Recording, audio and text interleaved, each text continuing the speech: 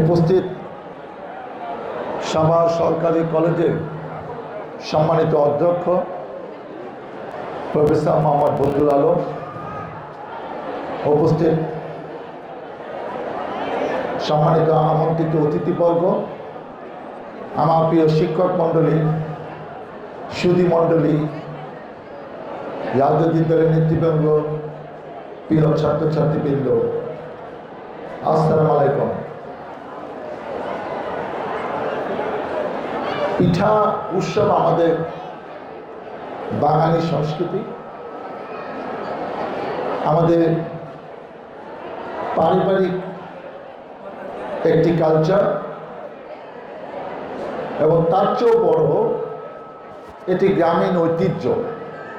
সাধারণত পৌষ মাসের শেষের দিকে কিংবা মাঘ মাসের শুরুতে, আজকে 5ই মাঘ, যখন নতুন চাল পাওয়া যায়, খেজুরের রস যখন সহজলভ্য, তখন এটা ব্যাপকভাবে সারা বাংলাদেশে আনাচে কানাচে শিক্ষা প্রতিষ্ঠানে, বিভিন্ন সামাজিক সংগঠন, সরকারিভাবে এটি উদযাপন করার চেষ্টা করা হয়।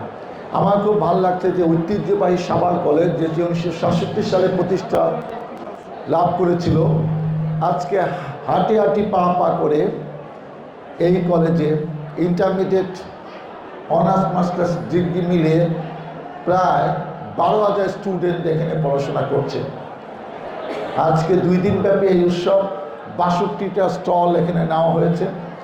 এটা আমার খুবই ভালো লাগছে। আমরা সাভার কলেজের কাছে আশা করি সবচেয়ে বড় প্রতিষ্ঠান এই সাভারের মধ্যে, এবং সবচেয়ে কোয়ালিটি টিচার যেখানে জব করেন, তাদের কাছে প্রতিটা বাঙালি সংস্কৃতি, সব ঐতিহ্যের ধারক বাহক যেন সাভার কলেজ হয়, এটাই আমাদের প্রত্যাশা।